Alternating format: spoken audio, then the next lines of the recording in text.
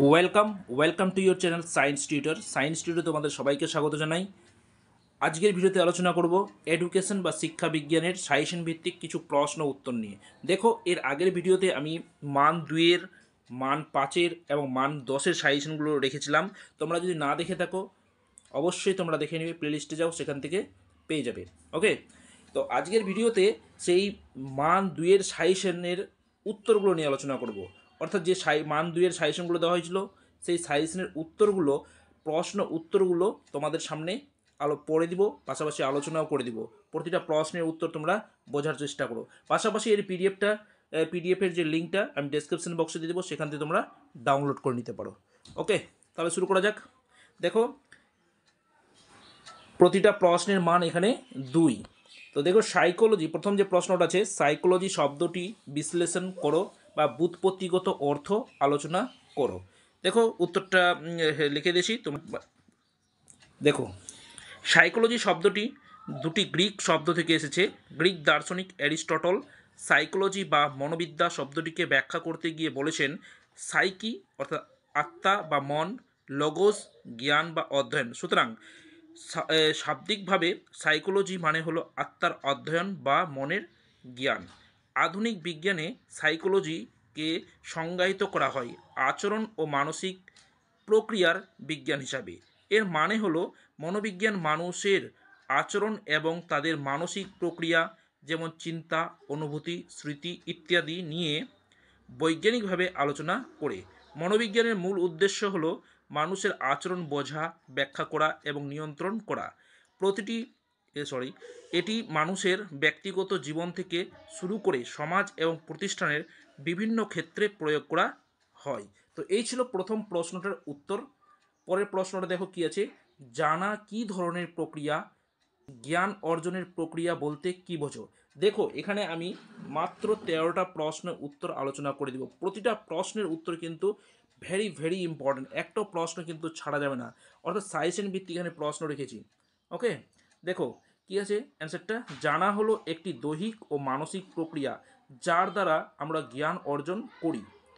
দৈহিক মানসিক প্রক্রিয়ার দ্বারা আমরা জ্ঞান অর্জন করি, তাকে জানার প্রক্রিয়া বা জ্ঞান অর্জনের প্রক্রিয়া বলা হয়। বয়স বৃদ্ধির সঙ্গে সঙ্গে শিশুর সক্রিয়ভাবে অভিযোজন করার জন্য এই প্রক্রিয়া অবশ্যই প্রয়োজন হয়। নেক্সট দেখো, 3 নম্বর প্রশ্ন কি আছে, সংবেদন সৃষ্টিকারী অঙ্গগুলি কি কি, সংবেদনের দুটি বৈশিষ্ট্য লেখো। তো দেখো অ্যান্সারটা কী হবে, সংবেদন সৃষ্টিকারী অঙ্গগুলি হলো চক্ষু, কর্ণ, নাসিকা, জিহ্বা, ত্বক। একত্রে এদের পঞ্চ ইন্দ্রিয় বলা হয়। এবার কি সংবেদনের কি বলেছে, বৈশিষ্ট্য বলেছে, দুটি বৈশিষ্ট্য লিখতে বলা হয়েছে। তো দেখো বৈশিষ্ট্যগুলো লিখে দিচ্ছি। 1 নম্বর বৈশিষ্ট্য, সংবেদন একটি সরল প্রক্রিয়া। 2 নম্বর, সংবেদন গ্রহণ করার সময় মন নিষ্ক্রিয় থাকে। দেখো, পরের প্রশ্ন উত্তরগুলো আলোচনা করার আগে তোমাদেরকে বলবো, যদি চ্যানেলে নতুন এসে থাকো অবশ্যই চ্যানেলটি সাবস্ক্রাইব করে নেবে, পাশে থাকা বেল আইকনটি বাজিয়ে রাখবে, তাহলে সবার আগে এই ধরনের ভিডিওগুলো পাবে। পাশাপাশি তোমাদেরকে জানিয়ে রাখি, ভূগোল বিষয়ের নোটস নিয়ে আলোচনা করা হয় এই চ্যানেলে, পরিবেশ বিদ্যা বিষয়ের নোটস নিয়ে আলোচনা করা হয় এই চ্যানেলে। তোমরা যদি সেই ভিডিওগুলো যদি দেখতে চাও তাহলে অবশ্যই বলবো প্লেলিস্টে যাও, সেখান থেকে তোমরা দেখে নেবে। আর 4 নম্বর প্রশ্ন কী আছে, সংবেদন ও প্রত্যক্ষণের সম্পর্ক লেখো।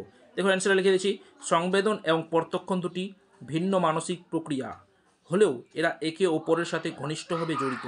এই দুটির মধ্যকার সম্পর্ক নিয়ে আলোচনা করা হলো। 1 নম্বর, সংবেদন ভিত্তি হলো প্রত্যক্ষণ। সংবেদনের ভিত্তি হলো প্রত্যক্ষণ।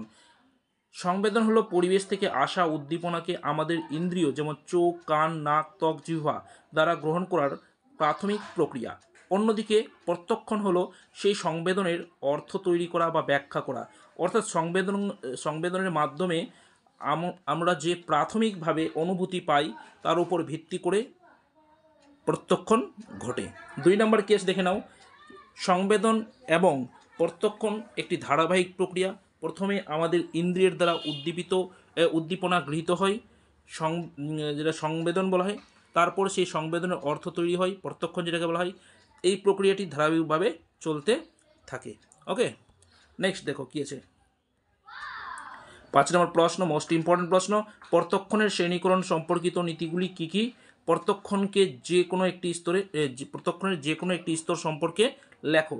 দেখো, প্রত্যক্ষ শ্রেণীকরণ সম্পর্কিত নীতিগুলি হলো কী কী, পরপর আলোচনা করে দিয়েছি, দেখে নাও। 1 নম্বর সাদৃশ্যের নীতি, 2 নম্বর নৈকট্যের নীতি, 3 নম্বর প্রবহমানতার নীতি, 4 নম্বর সরলতার নীতি, 5 নম্বর সাপেক্ষ পরিচয় নির্দেশকের নীতি। নেক্সট দেখো, প্রত্যক্ষণের একটি স্তর হলো বিশ্বাস।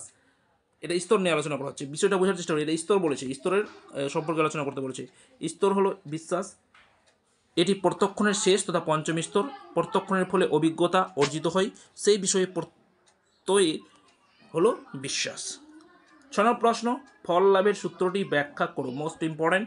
ফল লাভের সূত্রটি হলো থর্নডাইকের দেওয়া একটি গুরুত্বপূর্ণ শিখন তত্ত্ব। এই সূত্র অনুযায়ী কোনো কাজ করার পর যদি ভালো ফল পাওয়া যায় তাহলে সেই কাজটি পুনরায় করার সম্ভাবনা বাড়ে, অর্থাৎ মানুষ বা প্রাণী সেই কাজটির প্রতি আকৃষ্ট হয় এবং সেটি আবার করতে চায়। অপরদিকে যদি কোনো কাজ করার পর খারাপ ফল পাওয়া যায় তাহলে সেই কাজটি পুনরায় করার সম্ভাবনা কমে যায়, অর্থাৎ মানুষ বা প্রাণী সেই কাজটি করতে নিরুৎসাহিত হয় এবং সেটি এড়িয়ে চলতে চায়। নেক্সট প্রশ্ন দেখো কী আছে, অনুবর্তন কাকে বলে। দেখো অ্যান্সারটা করে দিচ্ছি। অনুবর্তন হলো এক ধরনের শেখার প্রক্রিয়া।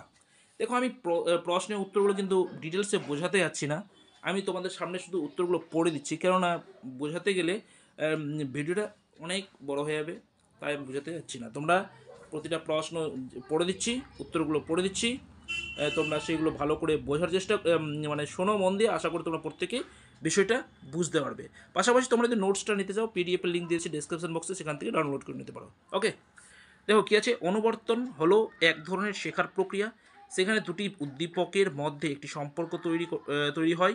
এই সম্পর্ককে একটি উদ্দীপক শর্তযুক্ত উদ্দীপক, অন্য উদ্দীপকের শর্তহীন উদ্দীপক সাথে বারবার যুক্ত হওয়ার মাধ্যমে প্রথম উদ্দীপকটি দ্বিতীয় উদ্দীপকের মতো প্রতিক্রিয়া তৈরি করতে সক্ষম হয়। উদাহরণস্বরূপ, যদি একটি কুকুরের খাবারের আগে ঘন্টা বাজানো হয় তাহলে কুকুরটি কয়েকবার ঘন্টা এবং খাবারের সাথে খাবার একসাথে দেখার পর শুধু ঘন্টা বাজলেই লালা ঝরতে শুরু করে। এখানে ঘটনাটা হলো শর্তযুক্ত উদ্দীপক এবং খাবার হলো শর্তহীন উদ্দীপক। দেখো এই যে কুকুরের কথা, এটা প্যাভলভের একটা পরীক্ষা। হ্যাঁ, নেক্সট 8 নম্বর প্রশ্ন পড়ে দিচ্ছি, দেখে নাও। পরিণমনের দুটি বৈশিষ্ট্য লেখো। Most important. পরিণমন হলো একটি জটিল প্রক্রিয়া, এই জীবের জীবনকালে ধীরে ধীরে ঘটে থাকে। এর দুটি প্রধান বৈশিষ্ট্য হলো কি কি, দেখো 1-2 করে আলোচনা করে দিচ্ছি, শোনো। 1 নম্বর, এটি একটি ধারাবাহিক প্রক্রিয়া। পরিণমন হঠাৎ করে হয় না, বরং এটি একটি নির্দিষ্ট সময় ধরে ধীরে ধীরে চলতে থাকে। মানুষের জীবনচক্রে শৈশব থেকে শুরু করে বার্ধক্য পর্যন্ত বিভিন্ন পর্যায়ে এই প্রক্রিয়া অব্যাহত থাকে। 2 নম্বর পয়েন্ট দেখো, অভ্যন্তরীণ প্রক্রিয়া। পরিণমন মূলত জীবের একটি নিজস্ব জৈবিক বৈশিষ্ট্যের উপর নির্ভরশীল। পরিবেশের প্রভাব এখানে থাকলেও মূল প্রক্রিয়াটি জীবের ভেতরেই ঘটে থাকে। 9 নম্বর প্রশ্ন, কৈশোরকালের মানসিক চাহিদাগুলি কী কী। কৈশোরকালের মানসিক চাহিদাগুলি হলো স্বাধীনতার চাহিদা, নিরাপত্তার চাহিদা, নিজস্বতা প্রকাশের চাহিদা, নৈতিক চাহিদা, জ্ঞানের চাহিদা, ব্যক্তিসত্তার চাহিদা ইত্যাদি। এগুলো লিখলেই যথেষ্ট। 10 নম্বর প্রশ্ন, বৌদ্ধ শিক্ষার অষ্টাঙ্গিক মার্গ উল্লেখ করো। Most important.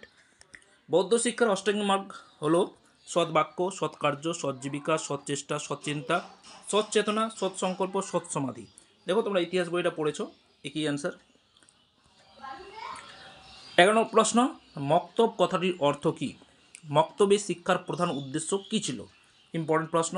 দেখো এখানে অ্যান্সারটি লেখা যায়নি, তোমরা প্রত্যেকে অ্যান্সার লিখে দেবে। মক্তব শব্দটি এসেছে একটি আরবি শব্দ কুতুব থেকে, যার অর্থ হলো একটি জায়গা যেখানে লেখা শেখানো হয়।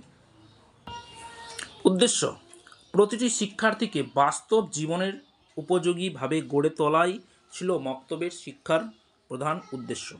শিক্ষার্থীরা যাতে আদর্শবান, দেখো এখানে একটু মিস্টেক হয়ে গেছে, এটা তোমরা অ্যাভয়েড করে দেবে, লেখাটা একটু ভুল হয়ে গেছে। শিক্ষার্থীরা যাতে আদর্শবান, সৎ, ন্যায়পরায়ণ হয়ে উঠতে পারে এই বিষয়ে এখানে শিক্ষা দেওয়া হতো।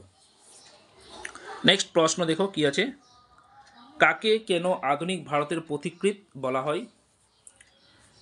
অ্যান্সারটা পড়ে দিচ্ছি, খুবই ইম্পর্টেন্ট প্রশ্ন এটা। রাজা রামমোহন রায়কে ভারতের পথিকৃৎ বলা হয়।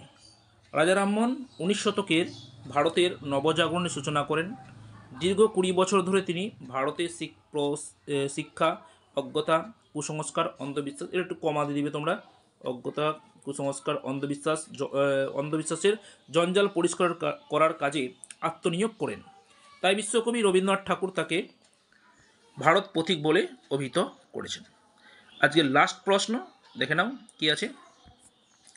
এই ভিডিওর লাস্ট প্রশ্ন, ইম্পর্টেন্ট প্রশ্ন। সম্প্রকাশ পত্রিকা কে প্রকাশ করেন?